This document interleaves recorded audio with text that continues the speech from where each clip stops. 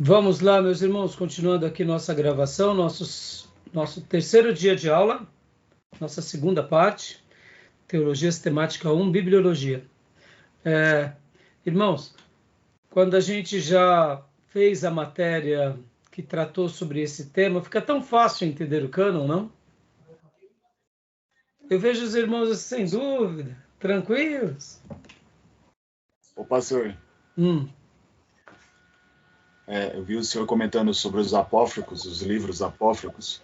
Hum. Alguns deles tinham algumas citações bem bizarras, né? É estranho mesmo, e com certeza por isso não tinha a menor credibilidade diante da igreja, né? Sim, sim, por isso que durante os primeiros séculos, e até como nós mostramos aqui algumas citações de alguns concílios, eles nem mencionam sobre essa questão, porque era tratado assim como a literatura judaica, que fazia parte da tradição.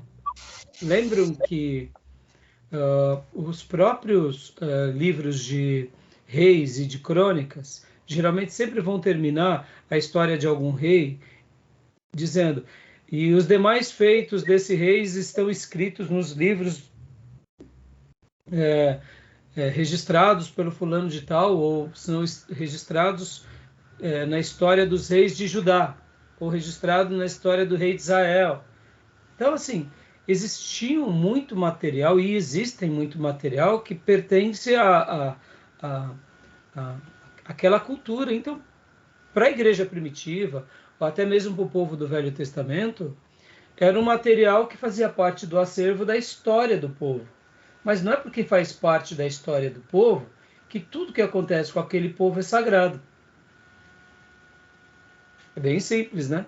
O povo de Deus tinha essa clareza e podem ver, irmãos, olha que interessante. Quando Jeremias ele pega e escreve o primeiro e segundo livro de Reis, e quando Esdras escreve o primeiro e segundo livro de Crônicas, com certeza o Espírito Santo, em primeiro lugar, o guiou, mas também eles deviam ter próximo a eles o quê? Os acervos das histórias reais. Nenhum problema. Eles deviam ter ali. Então, enquanto Deus fosse guiando eles, eles foram pontuando. A hora escrevia, a hora confirmava o que estava sendo escrito, não como uma necessidade, mas... Então, assim, nós não temos, assim... nenhum problema com relação a isso, né?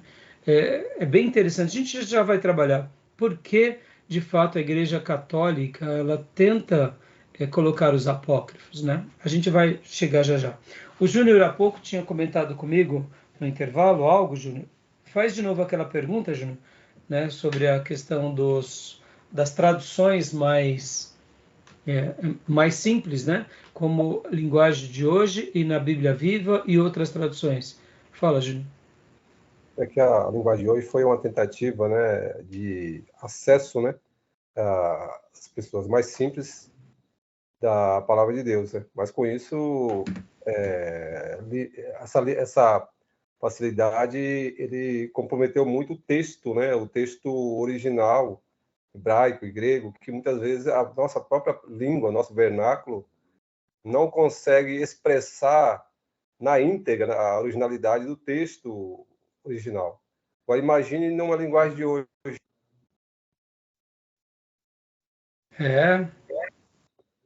Exatamente. E, inclusive, Júnior, deixa eu até falar uma coisa. Eu sei que muitas vezes, né, a gente faz a crítica, irmãos, e aqui nós estamos estudando, né? Então, não tem como nós não pontuarmos com critério essa questão. Quando a gente começa a ser criterioso, a gente tem que ser honesto com algumas coisas, inclusive com essa questão, por exemplo, de ser uma versão muito fraca. A gente não pode ser desleal. A gente não pode. Agora, deixa eu só fazer um comentário aqui com os irmãos, para não ser injusto também.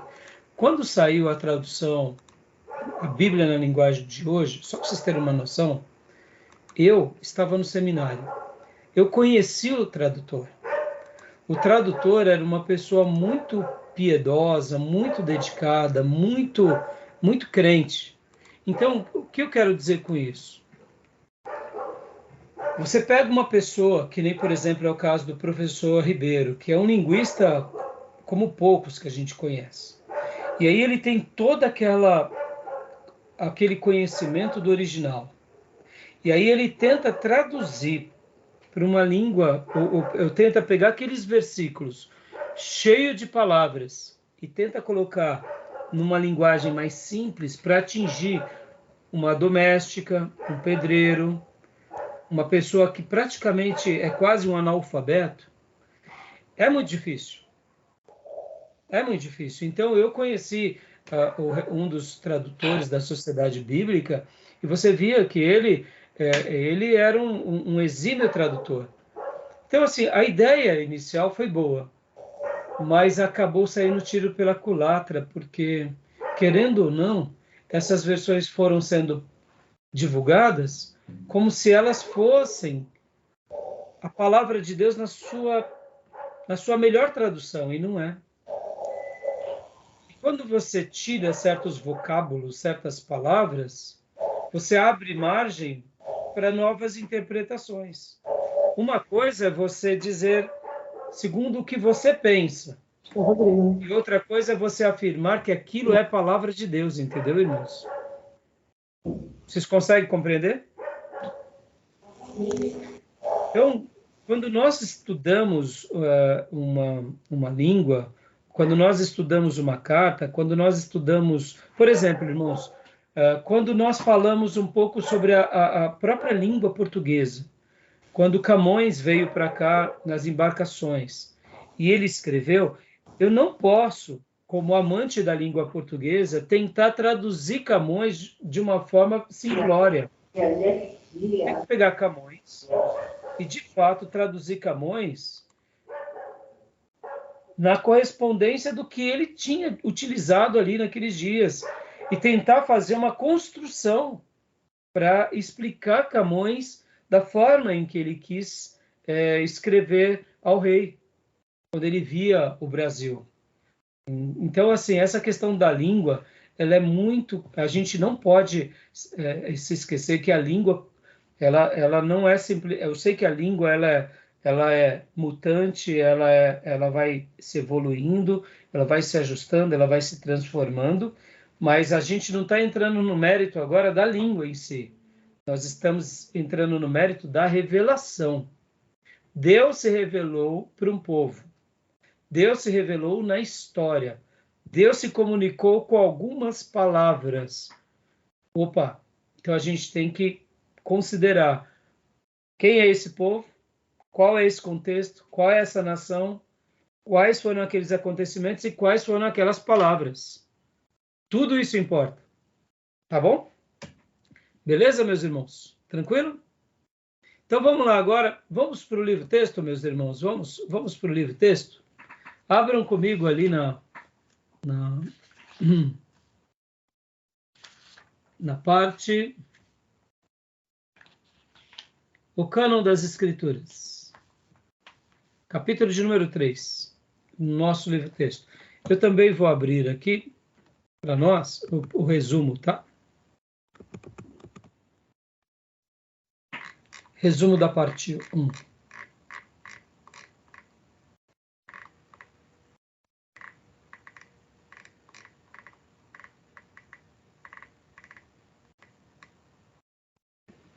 Então, vamos agora mergulhar um pouco no livro-texto, meus irmãos. Eu vou compartilhar aqui para todos vocês o resumo, tá? Aqui na nossa página. Todos aí estão com o livro-texto? Ou quase todos, né? Joia. O do Júnior, mostra aí, Júnior, o seu novo livro? A nova versão? Essa é a nova versão. Ficou bonita essa capa, hein, Júnior? Gostei, hein? Gostei. Que página é o capítulo 3 para você, Júnior?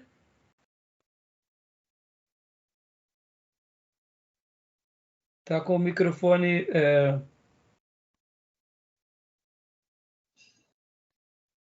273.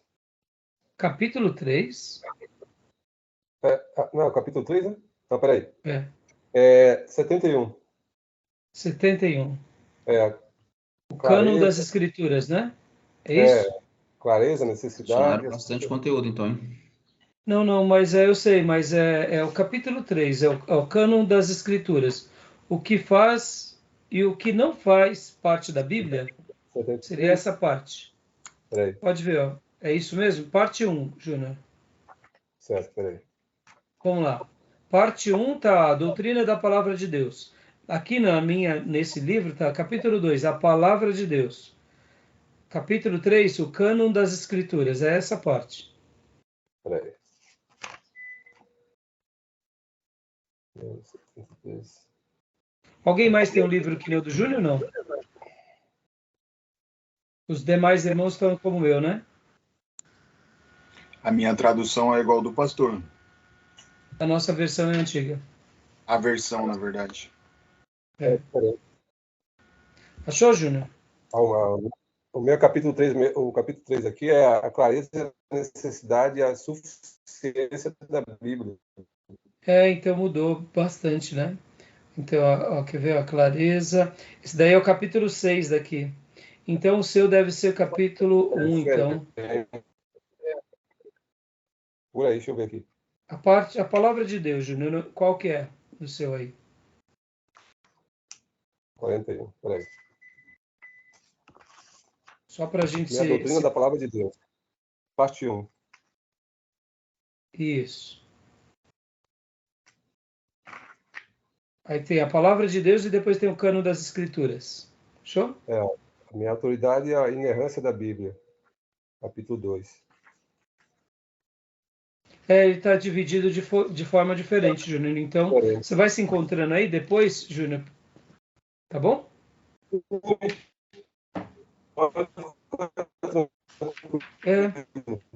Eu queria que você... no nosso aqui está o cânon das Escrituras, tá? Então, vamos fazer o seguinte, irmãos. Vamos pelo resumo, para a gente ter uma sincronia, tá? Senão, vamos pelo resumo. Vamos pelo resumo, tá bom? Eu tenho várias anotações no meu livro-texto, mas não tem problema. Vamos lá, tá bom? Vamos lá. Pode ler para nós, Maísa, por gentileza, o cânon das Escrituras. E uma tarja no final. Aqui, né? No final. Tudo bem, eu levanto. Tem que ser mais para frente, viu? Tem problema, Júnior. Vamos seguir aqui, Júnior, pelo resumo. Depois a gente se encontra, tá? Nos livros. Tá. Pode ler, Maísa, por favor. Das Escrituras. Estimar a importância dessa questão. As palavras das Escrituras são as palavras pelas quais nutrimos nossa vida espiritual. Portanto, podemos reafirmar os comentários de Moisés e do povo de Israel a respeito da lei de Deus.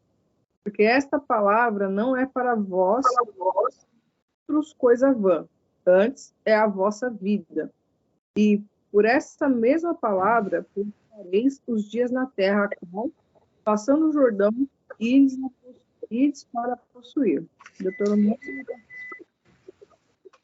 Joia. Olha, irmãos, eu quero gastar aqui um minuto com vocês, porque eu sei que nós já fizemos bastante esse exercício de aprender a importância e a relevância do cânon. No entanto, irmãos, pode ver que aqui o Gruden, mesmo sendo um livro contemporâneo, um livro de teologia sistemática, a proposta dele é totalmente ortodoxa.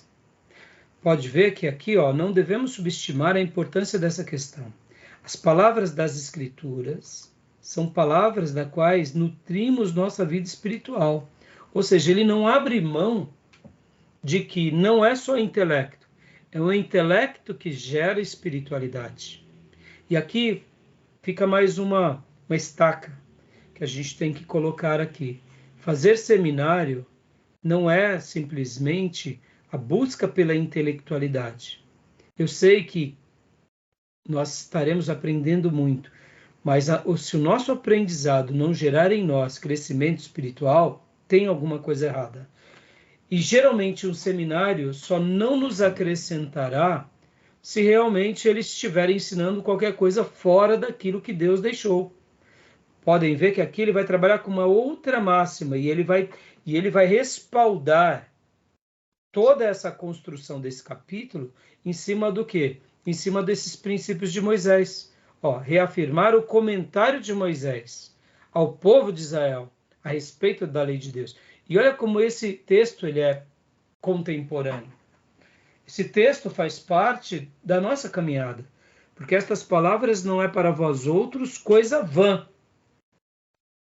Irmãos, semana passada, quando nós trabalhamos na quinta-feira, falando um pouco sobre essa questão de reinterpretar, isso daqui é muito sério, irmãos, porque se nós acreditamos que nós estamos a serviço do Deus vivo, que ele se revelou por meio da sua palavra e que nós seguramos algo sagrado, então não é vão. Logo, como diz o texto, antes é a vossa vida.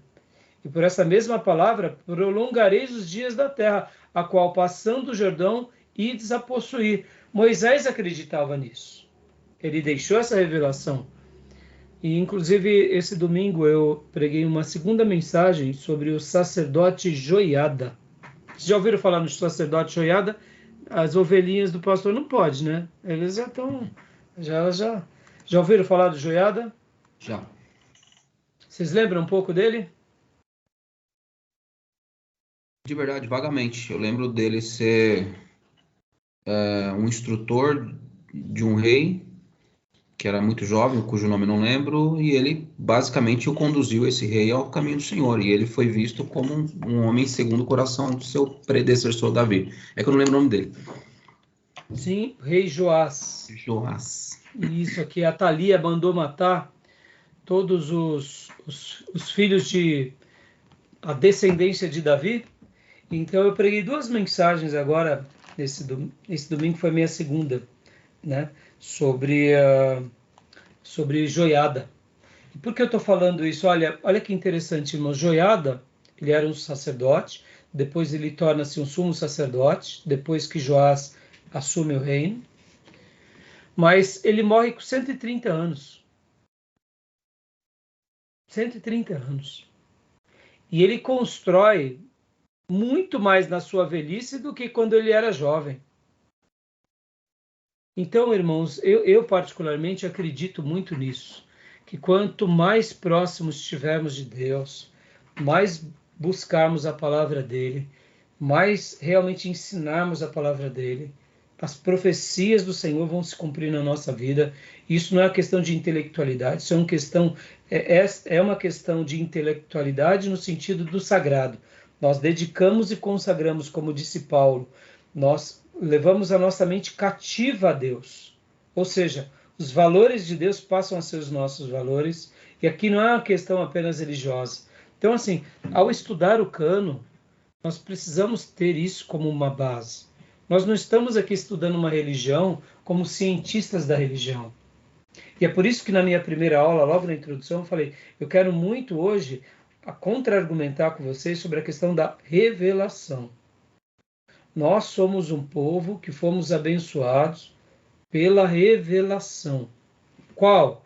As Escrituras. As Escrituras. Ponto.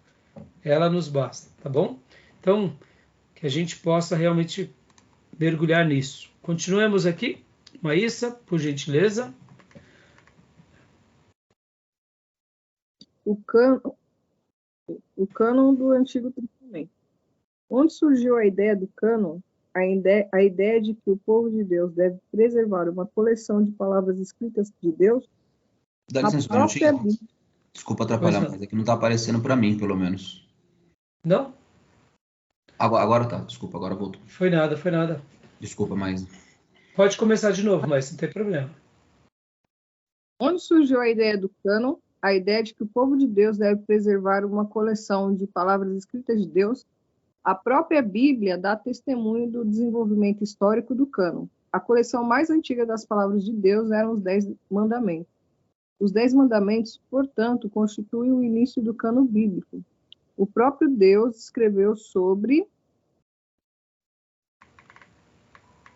duas tábuas de pedras as palavras que ele ordenou ao seu povo. E, tendo acabado de falar com ele no Monte Sinai, deu a Moisés as 2 tábuas do testemunho, tábuas de pedra, escritas pelo dedo de Deus. Êxodo 31, 18. Lemos novamente. As tábuas eram obra de Deus. Também a escritura era a mesma escritura de Deus, esculpida nas tábuas. Êxodo 32, 16. Eu esqueci o que significa isso aqui. Deuteronômio 4, 13, 10, 4. As tábuas conforme, aqui seria conforme. Fechou, pastor. As tábuas foram depositadas na Arca da Aliança, Deuteronômio 10, 5, e constituíam os termos do pacto entre Deus e o seu povo. Olha que interessante, né, irmãos? Essa questão do pacto. Pode ver que lá na Arca da Aliança, as tábuas eram colocadas juntamente com a vara de Arão, demonstrando o ministério pastoral e sacerdotal, e também o maná, demonstrando a provisão. Então, olha como é interessante essa questão do pacto da aliança entre Deus e os homens. Hoje nós temos as Escrituras, e por isso que eu estou gastando esse tempo, irmãos, mais uma vez, sem ser repetitivo, mas eu quero, como eu disse, reafirmar e falar e ensinar e deixar bem claro. Nós seguramos essa revelação que, na realidade, não é simplesmente um livro, é o pacto de Deus para nós. Que pacto é esse? É o pacto da revelação, de que ele se manifestou para nós. Hoje nós seguramos a Bíblia como no passado haviam aquelas 2 tábuas dos 10 mandamentos, a vara de Arão e o maná. Assim como o tabernáculo e a arca representavam a glória, a Bíblia poderia dizer, também parafraseando, que representa tudo isso. É por meio dela que compreendemos a glória, que encontramos o Filho, que alcançamos a redenção. Então é muito forte essa ideia, tá bom? Então, o cânon do Novo Testamento, a gente já viu, né? E agora aqui a gente vai para dentro daquilo que a gente tem aqui no livro, que seria as 4 características da Escritura. Tá bom? Mas antes é que eu queria ler um pouco mais no livro texto de vocês, algumas frases. Deixa eu dar uma pausa aqui. Eu sei, Júnior, que talvez você não...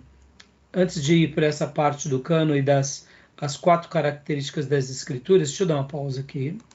Eu quero ler algumas frases do livro texto que eu separei para vocês. Eu não sei como você vai fazer, Júnior, já para achar, tá? Mas eu estou dentro... O título é o cânon das Escrituras, tá, Júnior? Então, depois você tenta se identificar. E aqui no nosso livro,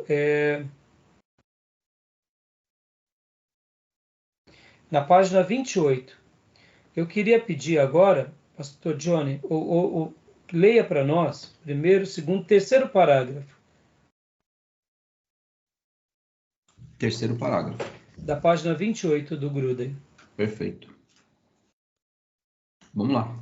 Aumentar ou diminuir as palavras de Deus impediria o seu povo de obedecer-lhe plenamente, pois as ordens retiradas não seriam conhecidas pelo povo e as palavras acrescentadas poderiam exigir das pessoas coisas que Deus não ordenou.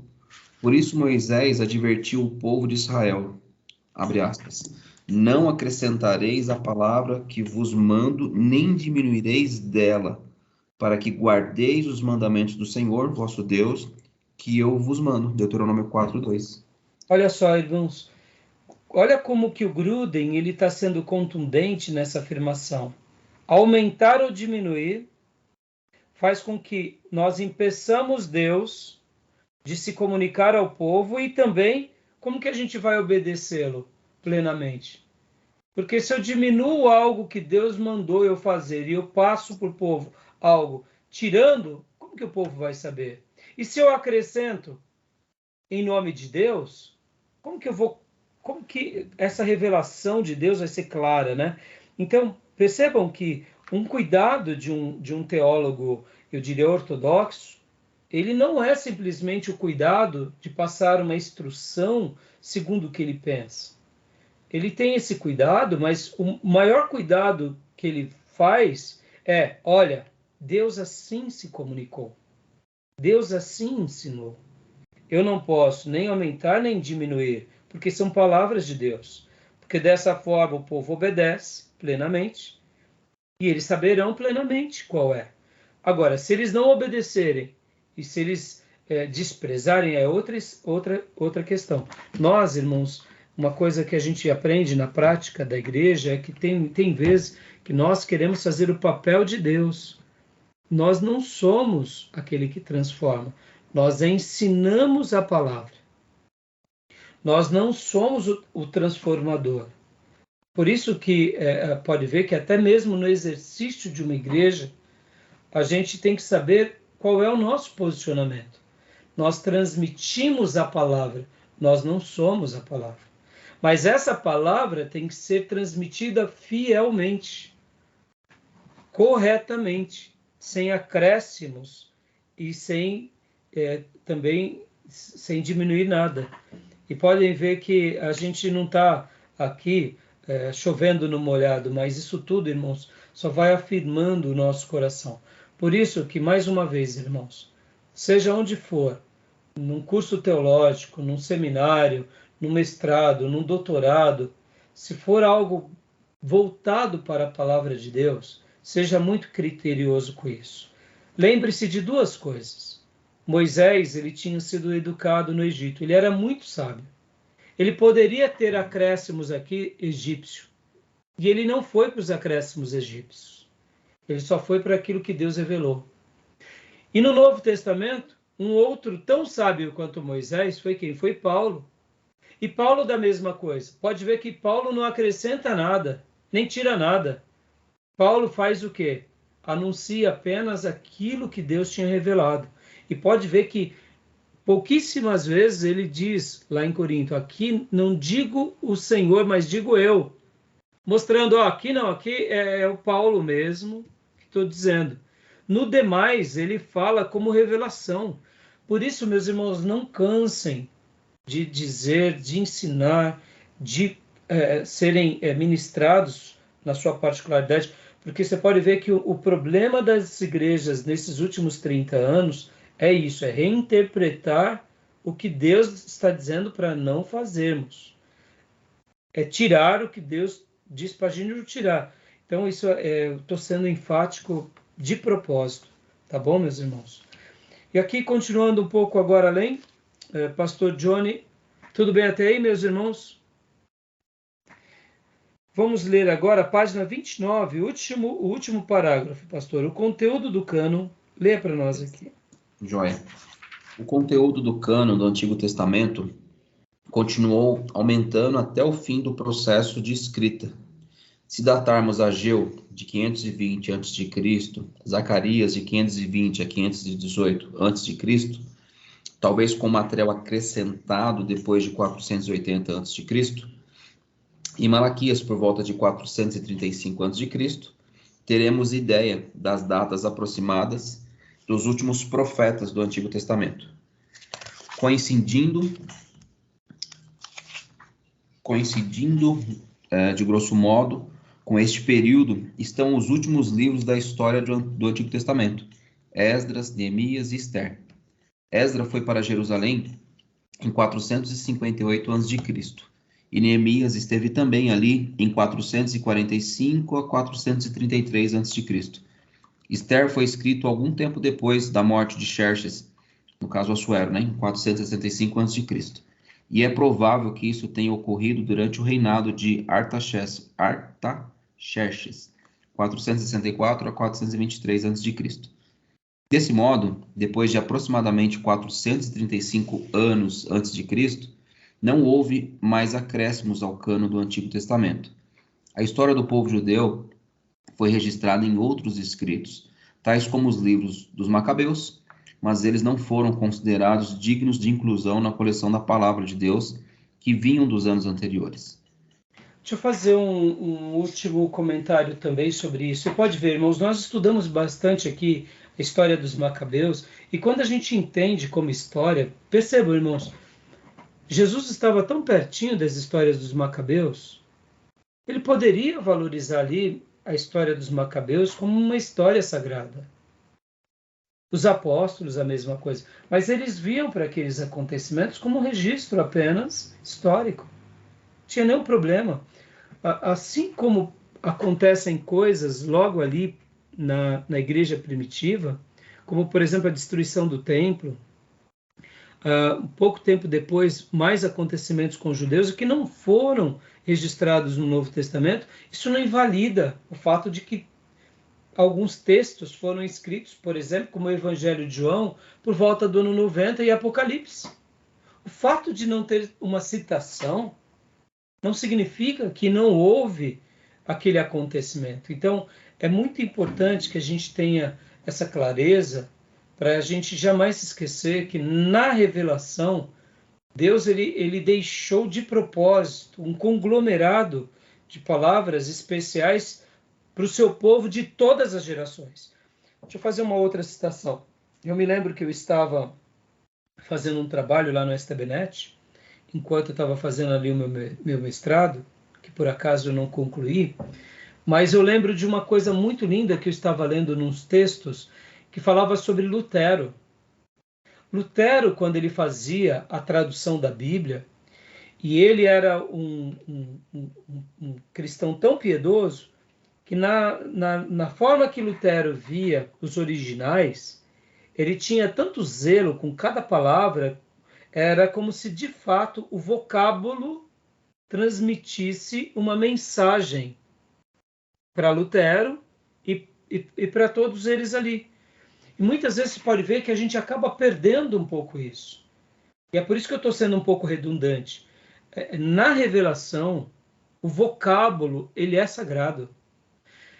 A teologia liberal, e principalmente as escolas liberais, escola de alta crítica, vai começar a contra-argumentar se Deus, quando ele deu a palavra ao profeta, se ele deu literalmente a palavra na cabeça e no coração do profeta, ou se ele apenas imprimiu uma ideia e o profeta, com a sua originalidade e de acordo com o seu vocábulo, registrou.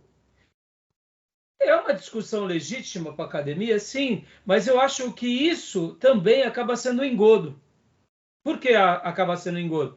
Meu irmão, vamos aqui, vamos ser práticos. Não importa como que aconteceu. A gente não tem uma resposta disso. Concorda? Não tem. Eu não tenho uma resposta. Não, porque aí, olha só, a escola de alta crítica vai falar assim, não, tá vendo? Pedro ouviu uma palavra de Jesus, e aí Pedro, como ele era mais limitado, ele escreve com limitação. Paulo ouve a mesma palavra de Jesus, mas Paulo, como tinha um vocabulário mais amplo, escreve segundo a sua característica cognitiva. Eu acho que isso é muito tolice, na minha opinião. Pode ser um assunto bom para teologia liberal, acadêmica, literária, tá, mas diz muito pouco, porque nós não teremos uma resposta disso. É mais ou menos o seguinte, como que foi a ressurreição no corpo de Cristo? Meus irmãos, é milagre. Está entendendo? Você percebe que em nome da teologia liberal, muitas vezes a gente fica sobre o periférico e acaba se permitindo a certas argumentações que, na minha opinião, a gente esquece do principal. O que é o principal? É o vocábulo. É o vocábulo. O nome do nosso Salvador chama-se Jesus. Acabou. Não importa. O anjo falou a Maria, você vai ter um filho, ele vai reinar para sempre, e o nome dele é Jesus. E ele vai salvar o povo, vai salvar todos os povos dos seus pecados. O que Jesus é para mim? Ele é o meu Salvador. O anjo aqui não foi rebuscado. Meu irmão, olha o vocábulo como... Por que eu estou falando disso aqui, sendo enfático? Porque essa questão da revelação do cânon é vivenciar o poder dessa revelação. Oh, meus irmãos, os católicos acreditam no ídolo. Eles reverenciam o ídolo. Eles reverenciam a tradição. Os espíritas consultam os espíritos. Eles fazem sacrifícios, os macumbeiros, os de Umbanda, Quimbanda, eles raspam cabeça, fazem sacrifício. E a gente, muitas vezes, a gente fica nas discussões acadêmicas e esquece dos vocábulos. O nome dele é Jesus e salvará o seu povo dos pecados. Eu sou pecador, ele é o meu salvador, ele me liberta. Entenderam? O poder dos vocábulos. Então, eu queria destacar um pouco isso aqui nesse capítulo, porque quando a gente fala sobre o cânon, eu tenho que lembrar que nós temos o quê? Nós temos o pacto de Deus com o homem e foi deixado a palavra. E por isso que Lutero, quando ele fazia a tradução, ele tinha essa clareza de que, por meio da palavra, Deus se comunicou. E Deus só vai se comunicar com a palavra. O Espírito Santo tem compromisso com a palavra. O pastor ele tem que pregar a palavra. O seminarista tem que ensinar a palavra. E aqui fica um elogio aos presbiterianos. Olha só que interessante. Os presbiterianos, quando uma pessoa quer fazer teologia, ela vai para o Mackenzie ou vai para uma outra universidade. Aí ele faz 4 anos de teologia. Tá bom. E aí, pastor, ele vira pastor? Não, não vira pastor. Lá ele vira teólogo. E aí, pastor? Aí depois ele tem que fazer mais 2 anos de poiômenos. O que é poiômenos? Poion alguma coisa, é o termo no grego para pastor. Ele que tem que fazer 2 anos agora, um curso de teologia pastoral, e aí ele vai mergulhar nessas verdades de escritura, de hermenêutica, com muito mais critério, dos princípios históricos reformados, e aí depois, se ele compactuar com tudo isso, aí ele recebe o diploma, sim, de que ele agora está apto, se a igreja recomendar, para se tornar um pastor.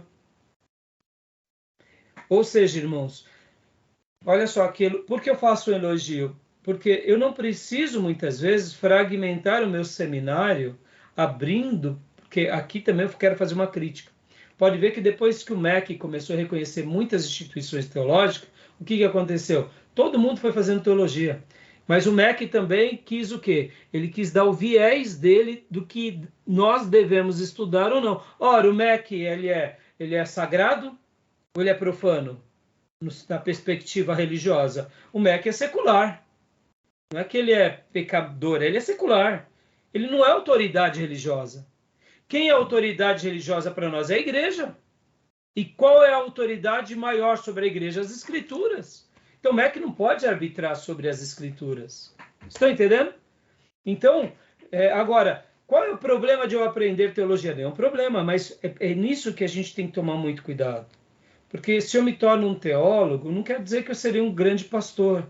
Eu posso até me enveredar por um caminho liberal. Para eu me tornar um grande pastor, eu tenho que acreditar nesses vocábulos. Tá bom? Vamos correr aqui, continuando lendo aqui. Pastor Johnny, página 30, 3º parágrafo. Lê a primeira frase aqui. Joséfo.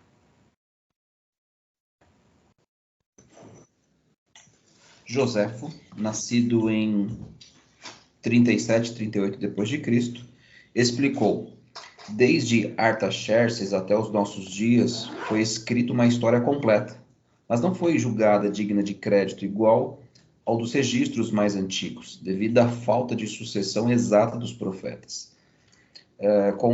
Tá até aí. Você pode ver que José, como historiador, o que ele está falando? Há textos que são históricos da nossa tradição, do nosso povo, e há textos que são dos profetas. Ponto final. Tá bom? Isso é muito importante. Agora pode ler o próximo parágrafo para nós, que eu acho muito legal também. Joé. A literatura rabínica reflete convicção semelhante em sua frequente declaração de que o Espírito Santo, em sua função de inspirador de profecias, havia se afastado de Israel. Após a morte dos últimos profetas, Ageu, Zacarias e Malaquias, o Espírito Santo afastou-se de Israel, mas eles ainda se beneficiavam do Bat Kul, Talmud babilônico, Yomá 9b, repetido em Sota 48b. São citações. Sim. Aqui é uma citação da literatura rabínica, dando aquela ideia daqueles períodos de silêncio que nós estudamos, que é chamado período interbíblico.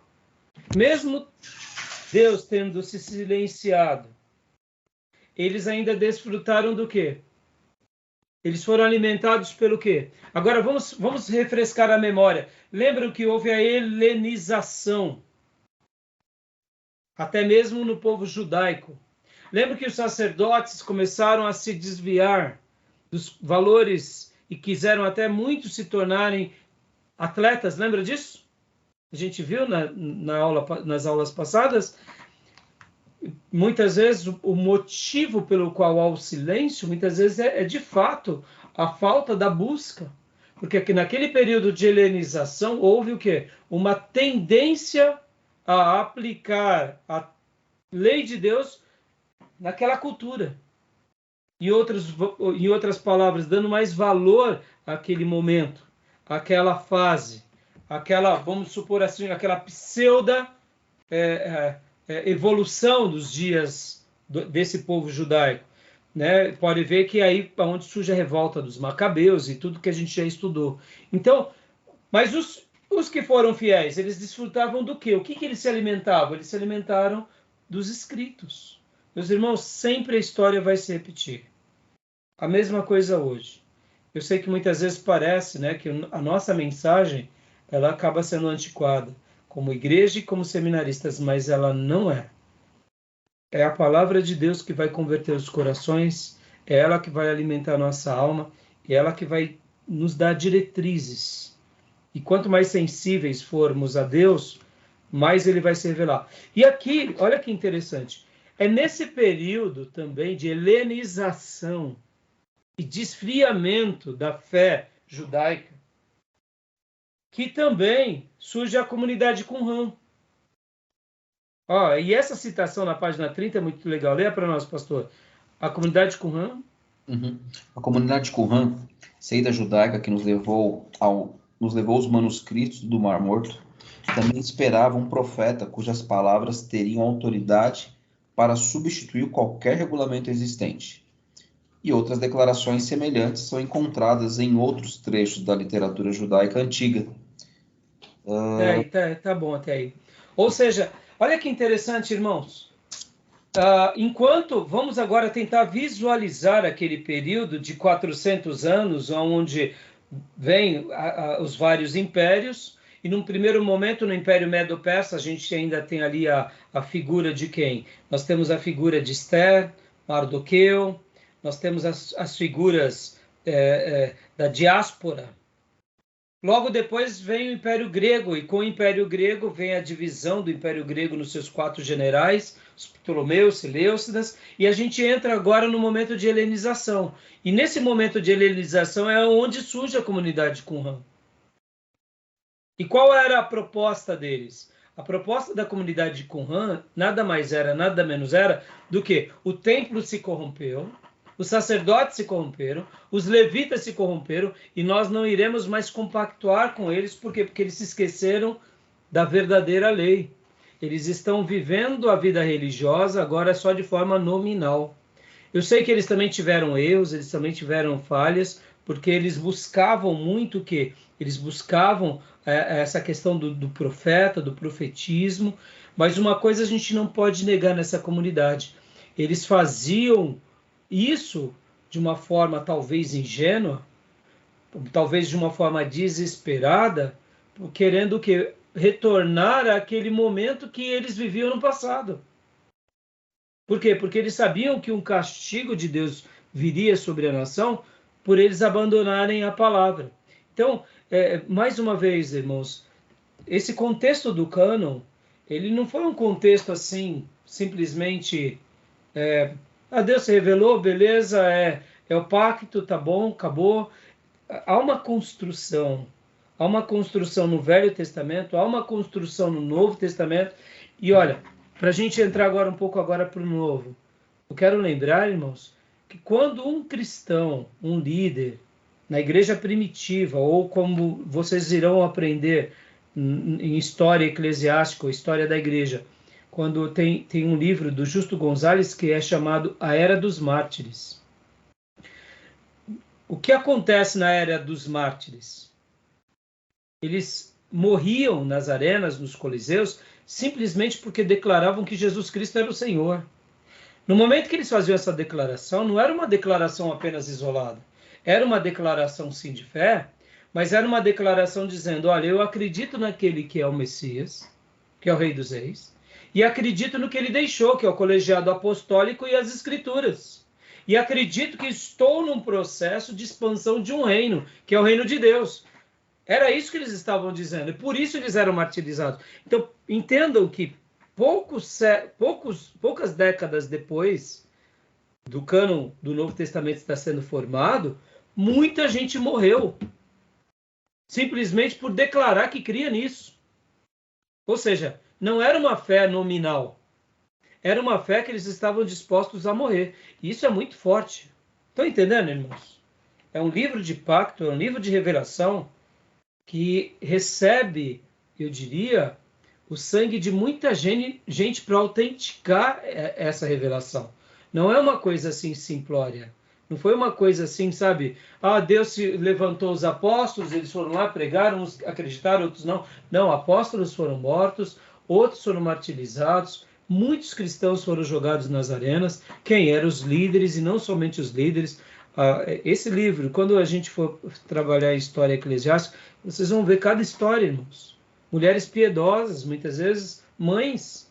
Vamos imaginar aqui, vós, como é o caso da irmã Cleusa aqui, que já é uma anciã, de repente ser pego por um imperador cruel e por uma arena virar objeto de ser violentada por touros.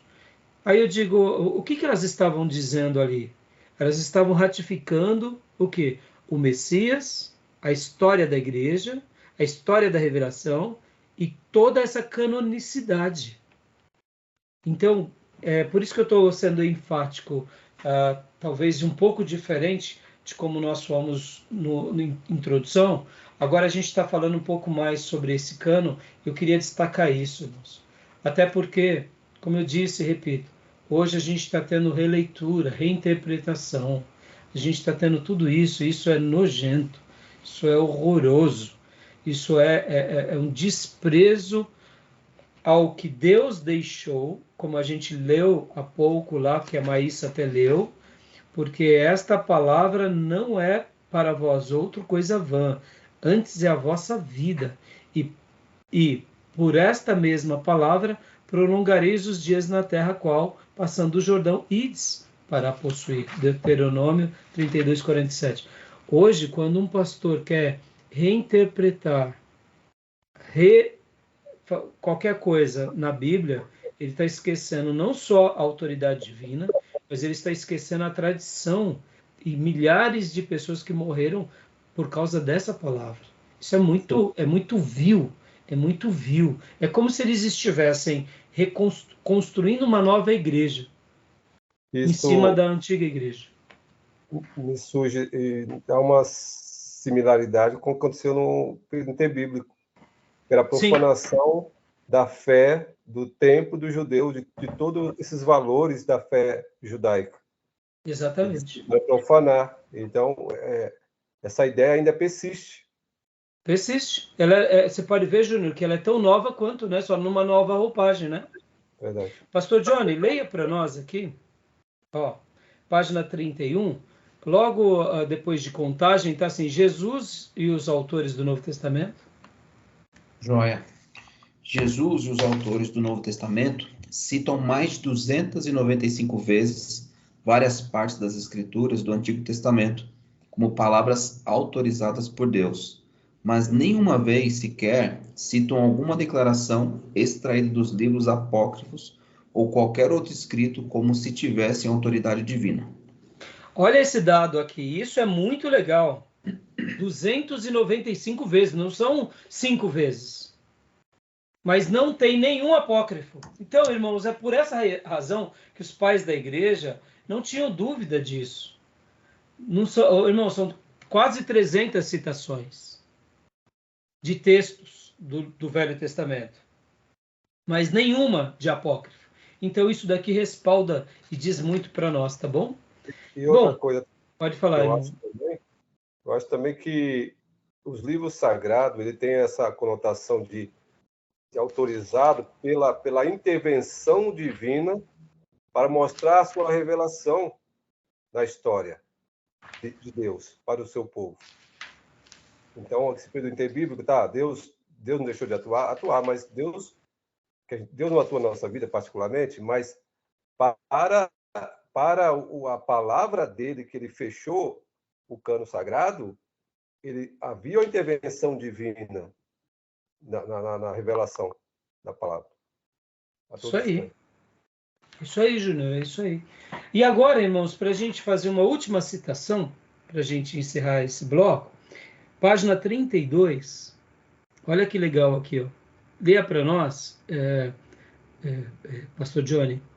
Entretanto, logo no começo está assim, entretanto, outros líderes da igreja antiga citam vários destes livros como escritura. Existem incongruências doutrinárias e históricas em vários desses livros. E aqui vem uma citação. Porque aqui, olha só que interessante. Aí vem uma citação, leia para nós essa citação e depois a primeira frase, o próximo parágrafo. Olha só que interessante, irmãos. Deixa eu só fazer um breve comentário. Logo depois da Reforma Protestante, querendo ou não, a Igreja Católica ela precisava se posicionar como a grande autoridade sobre as Escrituras. Ela precisava dar uma cartada para mostrar o seguinte: não, o que nós já fizemos e fazemos, nós estamos aqui sendo respaldados. Inclusive, as Escrituras existem por causa da gente. É mais ou menos isso. Foi uma cartada. Eu acho que o tiro saiu pela culatra. Mas foi uma cartada. Mas olha só, leia para nós, pastor. Joia. Não existe nenhum sinal nesses livros que ateste a origem divina. Tanto Judite como Tobias contêm erros históricos, cronológicos e geográficos. Os livros justificam a falsidade e a fraude e faz com que a salvação dependa de obras meritórias. Dá uma pausa aqui, pastor, por favor. Lembra que as indulgências você tinha que pagar? Você tinha que depositar, porque quando caísse no fundo do gasofilácio, tocasse, fizesse, retinisse o som, a tua bênção, a tua salvação estava no céu, entendeu? Então, como, Júnior? É isso aí, né? Caiu, subiu, né? Mais ou menos isso. Tá sem som, Júnior. É fácil assim, então? A alma salva, né? Pelo dinheiro. Isso. Nem um pouco diferente hoje em dia. Se você paga pelo voto, você tem fé. Podem ver que hoje em dia os neopentecostais são os grandes indulgentes contemporâneos. Você paga, porque se você não pagar, você não tem fé. Pode ver que tudo é feito com dinheiro. Interessante, né? Deus não faz assim com Abraão, né? Tem uma fala de um missionário aí conhecidíssimo, que quem não dá o dízimo, bom, tá publicado aí, né? Qualquer um que quiser pode procurar. Ele não vai herdar a salvação. Então, ou seja, né, em outras palavras, é isso. Não é mérito de Cristo. O dízimo salva, né? O dízimo salva. O dízimo que salva. Entendeu? Exato. Então, irmãos, é muito vergonhoso, é muito vexatório. Mas a história se repete e aí a gente vai ter os falsos profetas. Então, aqui, percebam, eles precisavam chegar para aquela imensa comunidade ainda que estava debaixo do seu guarda-chuva, dizendo: não, nós temos respaldo nas Escrituras. E onde você ia arrumar isso? Se as Escrituras não têm respaldo a essa questão, por exemplo, de salvação que depende de obras, ele precisava dos apócrifos. Os apócrifos eram uma resposta. E aí, continua, pastor, por favor. Eclesiástico e Sabedoria de Salomão inculcam uma moralidade baseada em conveniências. Sabedoria ensina a criação do mundo a partir da matéria pré-existente. 11:17. Eclesiástico ensina que dar esmolas propicia expiação pelo pecado. 3:30. Em Baruque se diz que Deus ouve as orações dos mortos. 3:4. E em 1 Macabeus há erros históricos e geográficos. Terrível. Entendeu aqui? Olha aí. O culto aos mortos, Olha aqui, mais uma vez, a questão daquela questão do purgatório. Então, eles precisavam se sustentar em alguma coisa. Foi uma cartada. Irmãos, eles tiveram uma chance imensa de voltarem à Bíblia. E eles saíram mais. E a história se repete. Hoje, quando a gente vê o neopentecostal fazendo o que faz, eles têm uma chance enorme de voltar às Escrituras. Eles vão e se envereda para um caminho de falso profeta. São os discípulos de Balaão, se vendem por dinheiro. Receberam dons, receberam talentos, mas se vendem pelo dinheiro. Pode ver que os textos bíblicos de Balaão, Deus não questiona que ele não tinha visão, que a visão dele era uma mentira. Não, nenhuma vez. Ele tinha visão de olhos fechados. Viu que ninguém via, mas ele se vende. Por isso que ele é conhecido como um falso profeta. E agora leia para nós o próximo parágrafo, pastor. Não foi senão em 1546, no Concílio de Trento, que a Igreja Católica Romana declarou oficialmente que os apócrifos fazem parte do cânon, com exceção de 1º e 2º Esdras e da oração de Manassés. É significativo que o Concílio de Trento foi a resposta da Igreja Católica Romana aos ensinos de Martinho Lutero e da Reforma Protestante, que se espalhavam rapidamente. E os livros apócrifos contêm apoio para o ensino católico de oração pelos mortos e de justificação pela fé com obras, não pela fé somente. Dá uma pausa, pastor, por favor. Ficou claro aqui, meus irmãos? Ficou claro? Então, nas aulas passadas de introdução ao Novo Testamento 1 e 2, a gente não trabalhou tanto porque o foco não era as doutrinas, e agora a gente está dentro de uma doutrina. Então, eu preciso mostrar que essa ideia da revelação, ela é muito mais do que uma revelação, ela é um pacto entre Deus e os homens, e esse pacto foi selado pelo próprio Deus e pelo Espírito Santo, dando aos seus servos, como disse tanto Pedro quanto Timóteo, esses servos que eram consagrados, o quê? Essa inspiração. Como que isso aconteceu? É um milagre. Seguramos nas mãos um livro de milagre, de uma revelação que é um milagre, para sustentar uma igreja que vive sob essa perspectiva de milagre, porque acreditar em tudo isso só o fazemos pela fé, assim como somos salvos também pela fé. Tudo isso é milagre de Deus na nossa vida. Se a gente vai para as questões da intelectualidade, que não é errado, porque somos racionais, porque entendemos e por isso cremos, mas ora, muitas vezes cremos e por isso entendemos, essa questão ela vai ter essas duas características. Em alguns momentos cremos e por isso entendemos, em alguns momentos entendemos e logo cremos. No entanto, tudo isso é fruto de um milagre, é fruto de uma atuação de Deus a nós, assim como Jesus foi um milagre, assim como a ressurreição, a morte na cruz foi um milagre, no sentido não que não houvesse a participação das pessoas, porque até mesmo no milagre há uma participação, mas o que eu quero destacar aqui, irmãos, é que essa revelação, ela é um pacto para nós. O cânon do Velho Testamento e do Novo Testamento são sagrados. Cada palavra importa, cada vírgula importa, cada tio importa. E se a gente conservar, nós não estaremos fazendo nada mais, nada menos do que foi feito no passado. E nós, agora, como ministros, temos o dever, não só de crer nisso, mas de ensinar isso de todo o coração. Porque ai de nós se a gente distorcer, tá bom? Então, conclui agora esse parágrafo, pastor, para a gente poder encerrar essa gravação. Joia. Ao declarar que os apócrifos são parte do cânon, os católicos romanos estariam alegando que a igreja tem autoridade para designar uma obra literária como escritura, enquanto os protestantes têm sustentado que a igreja não pode levar nada a se tornar escritura, mas apenas reconhecer o que Deus determinou, que fosse escrito como palavra dele próprio. Podemos fazer uma analogia dizendo que um investigador de polícia pode reconhecer uma nota falsificada como falsificada e outra genuína como genuína, mas não pode tornar uma nota falsa em genuína, nem pode alguma declaração de qualquer membro da polícia fazer com que a moeda falsa se torne algo que não é. Só o Tesouro Oficial de uma nação pode fazer moeda, que é moeda de verdade. De modo semelhante, só Deus pode fazer com que as palavras sejam palavras suas e dignas de inclusão nas Escrituras. Aleluia! Que frase magnífica! Bola. Deu para compreender? Fantástico!